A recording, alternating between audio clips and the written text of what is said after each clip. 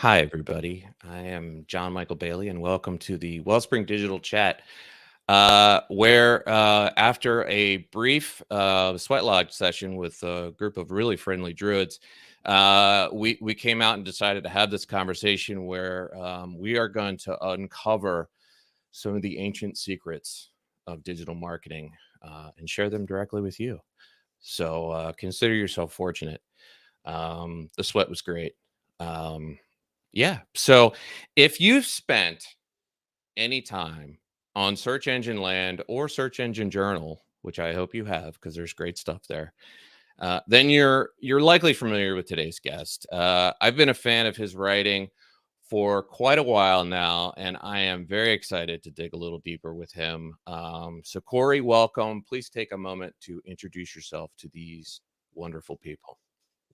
Thanks, I appreciate it. No, it's awesome to have a chance to chat, and we talk about the we'll get into, I'm sure, some of the ancient aspects of SEO as well as the future ones. I am the president and CEO of a digital agency called Voltage.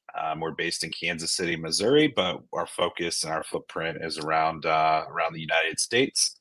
I still consider myself an SEO at heart, which is why I continue to write for those publications. But have the privilege of running an agency here that focuses heavily on search under the digital marketing umbrella. We do organic, paid email marketing, social media, as well as web development and some branding and identity work as well. So those are really the three buckets we operate in. But I've had a great opportunity over way too many years now to engage in the digital marketing community and stay plugged in, and it's one of the favorite things for me. It gives me energy in terms of whether it's content like this and the chance to chat or in person events, which I'm glad are back in a Yes. much bigger way, and to nerd out with my friends. Heck yeah. So you're one of the OGs as far as I'm concerned. One of the big hitters, the SEO OGs. You've spent 15 plus years in this thing called digital marketing, which let's face it, that's ancient in the relative scale of things. So I'm always excited to talk to someone who has been doing this since the so-called good old days, and maybe we can shed some light on the future. So, Corey, are you ready? I'm ready. Let's Let's go. do this. All right. So, you said in a past article that SEO should be considered an investment versus an expense, which, yes, I could not agree more. Yet, some businesses cannot seem to grasp this concept. So, here's another chance. Can you go a little deeper with this concept and make it hopefully make sense for the people watching this who may not yet be convinced of this Well, fact? yeah, and I love that you started here because all of marketing is an investment, right? Amen. And unfortunately, it becomes one of the first things that gets pulled back on or budget slash or whatnot. But would you do the same thing with your 401k or your IRA or your Bitcoin portfolio? I don't know, right? But typically not. Typically, that's when you have a chance to, you're supposed to not look at it and know that it's still buying, you're still investing, and it's buying low, right? And you'll still have that compounding interest Absolutely. return opportunity down the road. Um, it's so similar with marketing, and unfortunately it's that reaction, whether it's broad marketing in general, marketing budgets, or digital or SEO. Now SEO is more unique because it's so much more long tail, long term, and Yeah. foundational. Now yes, maybe keyword shifts and focuses need to change short term if like you don't have something to sell. But the short term things you're doing today will impact the long term things and goals that you have down the road. Um, much like investing or any other aspects where you want to return on your investment. I don't have a prospectus, but I can show you case studies, Yeah. and I can show you how the search engines over You said 15 years. It's now sadly probably got 18 years. Yep. And I don't feel like an OG because I still look up to I the know, right? colleagues who were doing it 10 years before me, right? When Google wasn't even a thing yet. That's insane. I can point back to so many of the different aspects of how things have changed, but the more they've changed, the more they stayed the same. Actually, recently, in the past couple of months, one of my articles was about, the more things change, Hmm. the more they stay the same in some areas. Now, Right. yes, there's tech disrupting, always disrupting it. SEO is always dying, but it hasn't Yeah. died. It's just evolved, and so over time, yes, you've got to to be able to adjust and be adaptable. But there are sustainable things that fundamentally, while they might look a little bit different, are still important to SEO today as they were 15, 17, 20 years ago. And we can lean on, not too heavily on the past to get outdated and get old and, with our methodologies, but at the same time, understand that investing today and looking at it as an investment versus a vendor versus an expense will pay off for you in the long term if you can invest and can have the patience to see it through and have the right pieces in place. I mean, anytime you look at a company's analytics who have, cut SEO for recession or whatever reason, it's an inevitability that the graph goes. I mean, Yeah, and sometimes it can be because either you cut it or you thought you didn't need to invest right, in an outside partner or an internal resource or whatever it is. If you pull back, you can either see the very quick drop like that, where the next core update comes out, or right, something happens passively or overtly. We did something, we rolled something live, and it tanked it, or the complacency kicks in because it's like, okay, well, we got to a really good spot. We're reaping, the rewards of our efforts. Maybe we don't need that resource or don't need to rehire that person. And then you see the slow trickle yeah, of death. And that's probably even more dangerous because it doesn't spur you to drastic action. By that right. point, when you slowly lost position over 12 months, how long do you think it might take to get back there? It's like the what is it? The frog in the pot of put him in a I forget the analogy. Something about a frog in boiling water. I don't know, but anyway. So because clients who invest in SEO in the downtimes are what I would consider engaged clients, and I always say here that an engaged client is the best client. I want somebody who's going to talk to me, who's going to, ask me questions, who's going to answer the questions that I have. It just makes the whole engagement, the whole process work so much better. So I'm curious to hear your take on, how important you think it is for a business to fully engage and get involved with the digital marketing efforts of the outsourcing the agency that they're outsourcing to. And that is if I were to count on, what the two or three key things are that harm or hold back performance or harm a relationship, um, one, and often it's zero, right? Hmm. It's number zero Yeah, yeah, is engagement. Two and three would be the lack of being able to get the content needed, and the next one would be being able to implement technically from an IT or dev infrastructure and be able to right, move forward. But without that first key point of having an engaged client or an engaged even internal team and stakeholders, SEO definitely fails. Other aspects of digital marketing have trouble because to go back to those early days, I would be able to do in the mid 2000s. I was able to do 90% of SEO myself. My client didn't care if I was tweaking a few words here and there. right, We didn't have we weren't in a CMS, or we were in a custom one before open source content management. So it was more about getting the keywords and getting things optimized on page right and building links, which are more behind the scenes than those relationships than anything right. else.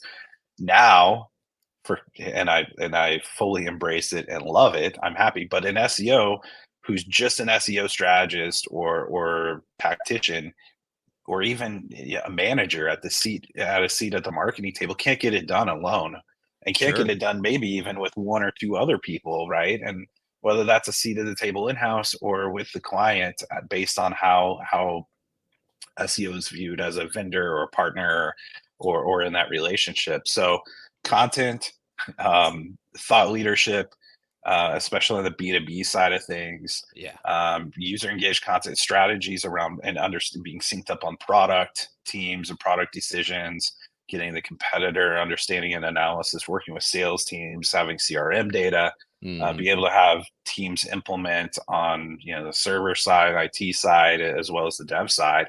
Again, unless you're a unicorn and or you unwield or you wield an unusual amount of power, and you've been given all the keys to the kingdom, and then it's really difficult. Yeah. And so the more things, if I'm the SEO in the driver's seat from a strategy standpoint, that I need implemented, and the gap in understanding or emphasis or priority of why, again, much like that investment, you Mm. just push further out the goalpost on when you can expect a return on it, when you can expect performance to get there. And like anything else, inefficiencies cost either real dollars, or the hidden costs of other wasted resources who are having to be tasked to implement or can't. So often, whether it's on the client side or on the agency or practitioner or even in-house SEO side, there needs to be a baseline level of understanding of matching up KPIs, matching up language of what, and understanding what resources are truly needed beyond just the person who has SEO in their title or SEO in one of the hats that they wear in their job description. Absolutely. I mean, and we're we're kind of dipping into my next question a little bit, which is basically, I think some businesses still think of digital marketing as a box you check, and you pay your bill monthly, and those people do some things over here. But in your opinion, you know, what's the danger of embarking on a digital marketing campaign without first spending time on developing a strategy? Strategy is the key word, for almost anything, whether you're building a brand. It's you're trying to get out of subjective territory and to make things as objective as possible. So if yeah, I may, if I'm the client, I may, or even of my own brand, right? My creative team Right. goes through 15 rounds of new logos or whatever.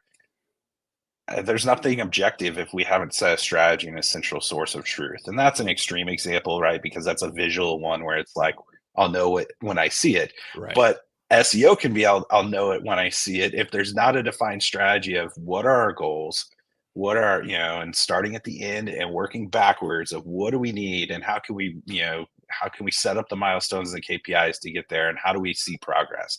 How do we define what progress is? To your point, I kind of got into this a little bit, but being on the same page, Hmm. with the level of understanding and having it documented is key. My team it will not do any SEO or digital marketing without a digital marketing strategy or a digital marketing plan in Hmm. place.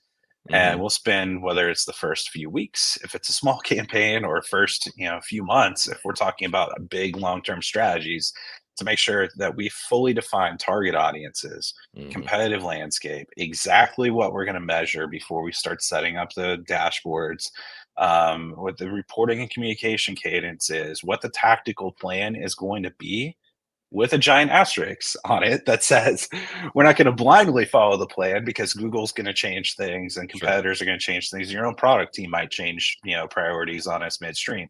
But having a plan and having things defined, the plan, and having an objective source of truth to go back to 3 months in and say, okay, well, now we're lost in the weeds on this thing over here. Um, but this doesn't help us get to the plan. And now we're Right. like distracted and going and spending 3 months focusing on this shiny object. But is it going to drive to what we want over here in 9 months or 12 months or a year or whatever? And well, 12 months is a year, but the second 12 months, whatever Yeah. it Right. might Right. be. Right. or okay, time out. It's totally fine that we chase that, but let's go revise the plan. Let's go set up the KPIs. Let's Mm, go do the proper research. Because if we don't do that, it's going to feel like we're reacting to things.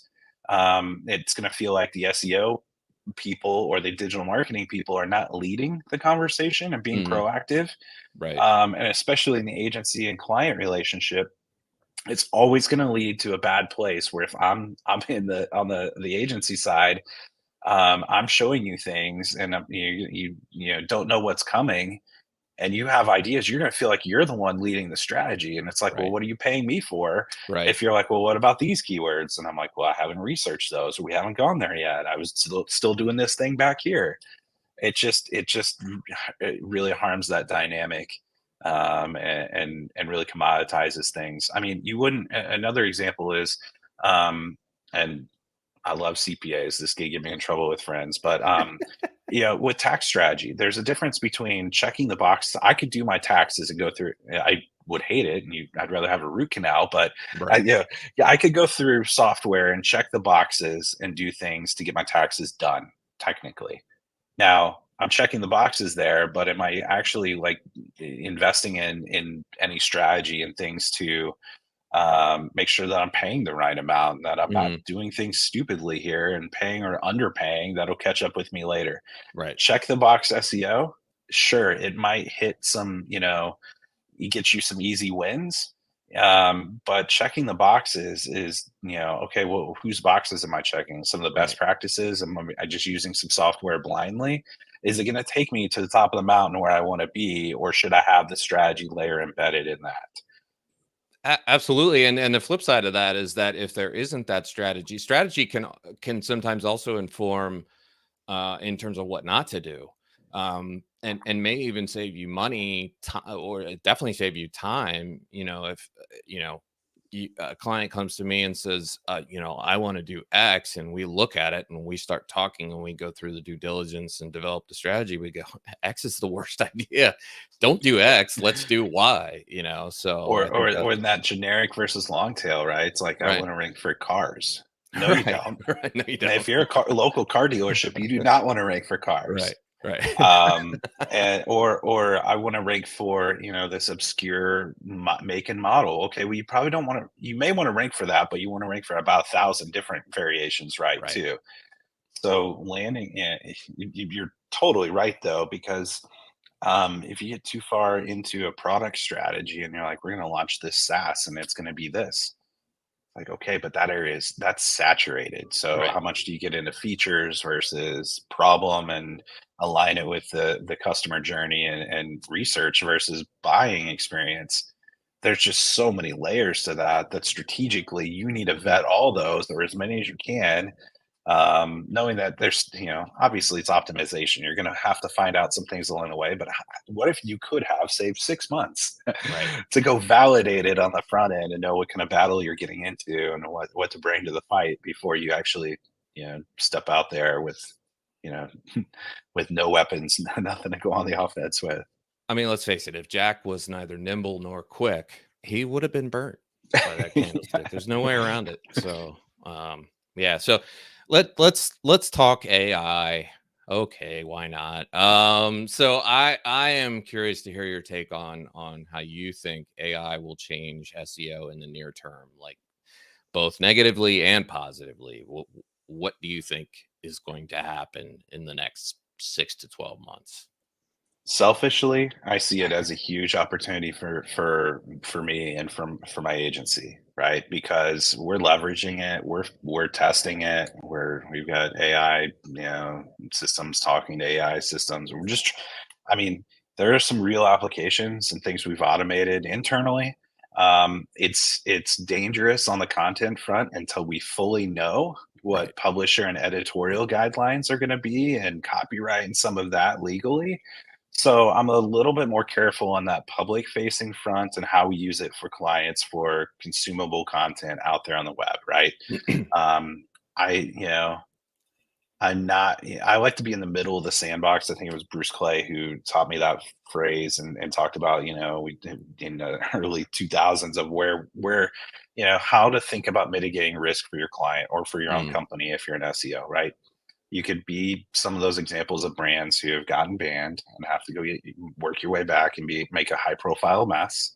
I know people who are black adders who I see, have made amazing careers and gone probably way past me in a lot of things because those are the risks they've been willing to take and their clients have been on board with that. And that's fine. But if you're in the middle of the sandbox, Right. I'm going to test things. I'm going to try things.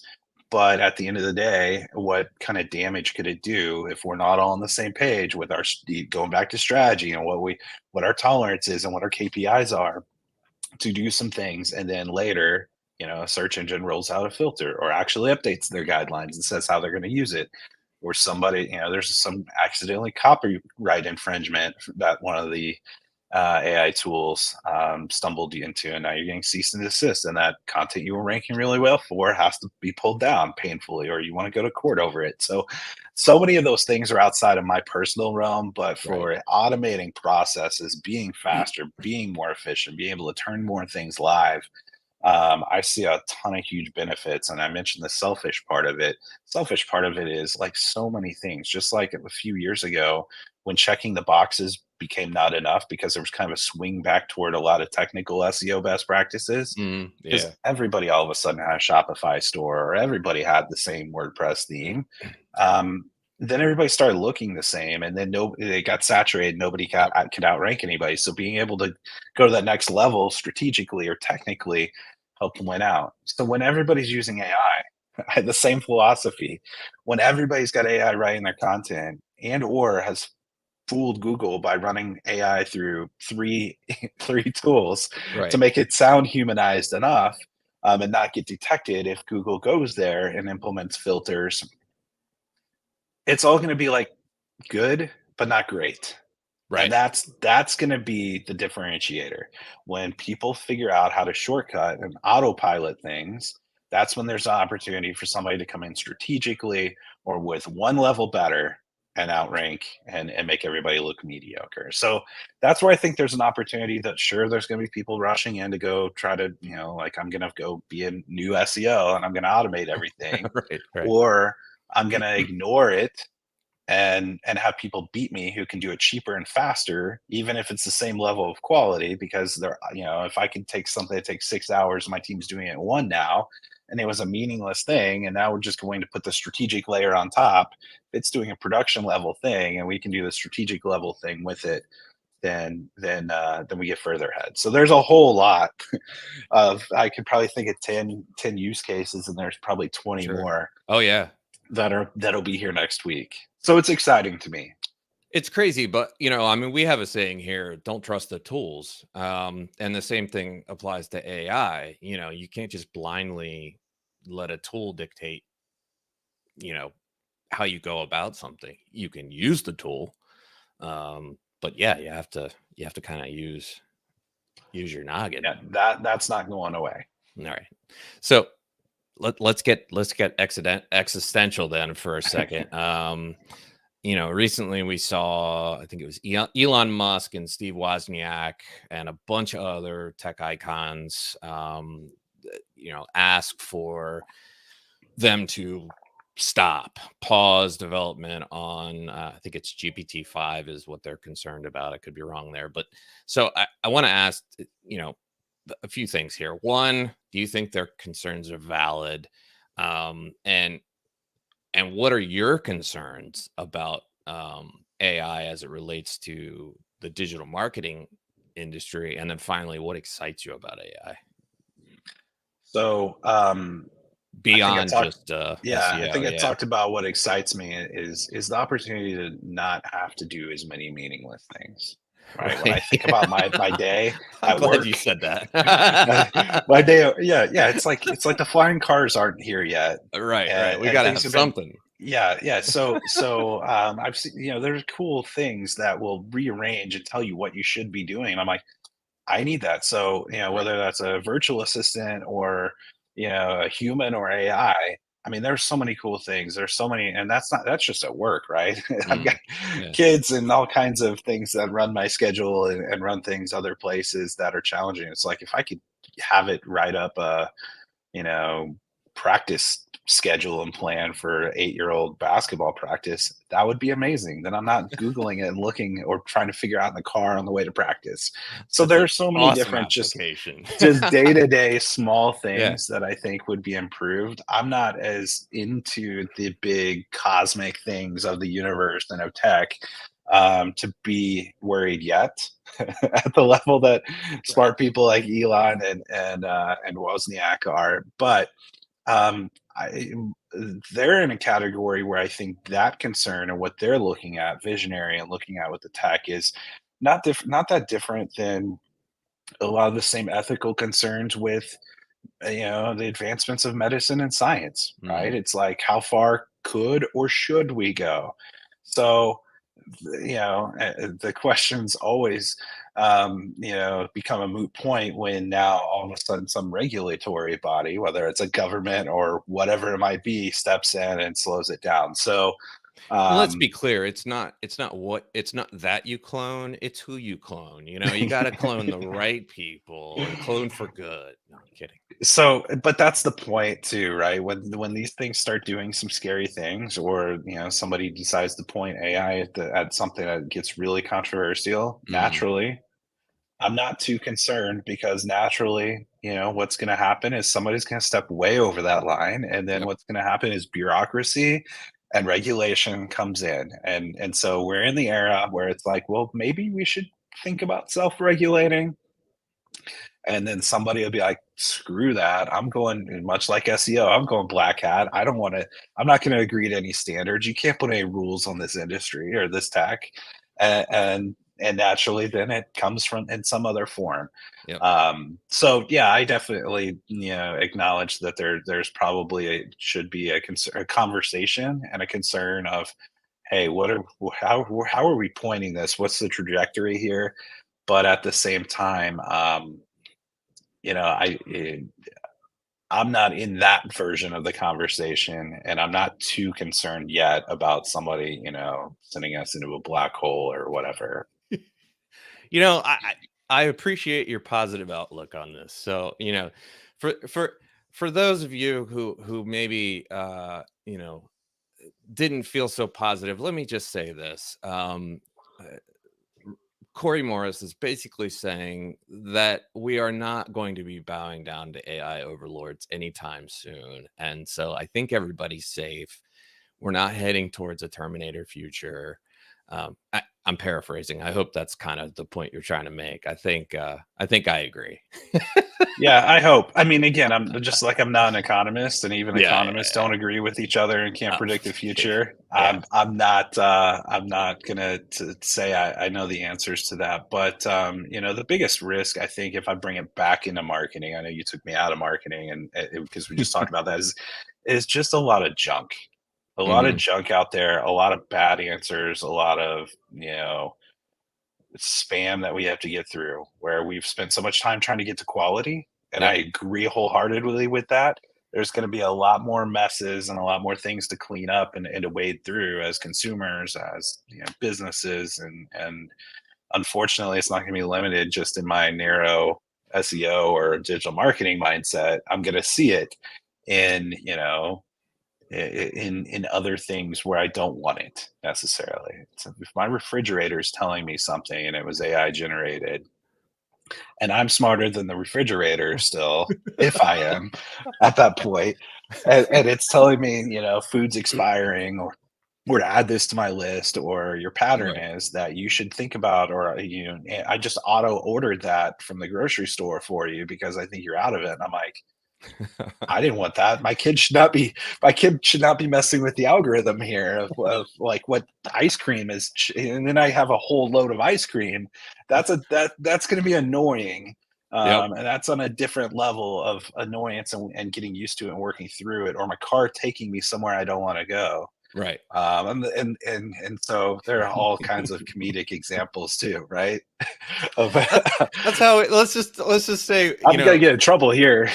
we're here for the comedy. That's really There's going to be a lot more of that yeah. before I think there's the cosmic impacts of what is, are we going to, is it going to implode, are we going to kill ourselves? And I mean, I say that laughing, but there are some things I'm not as worried about it maybe in the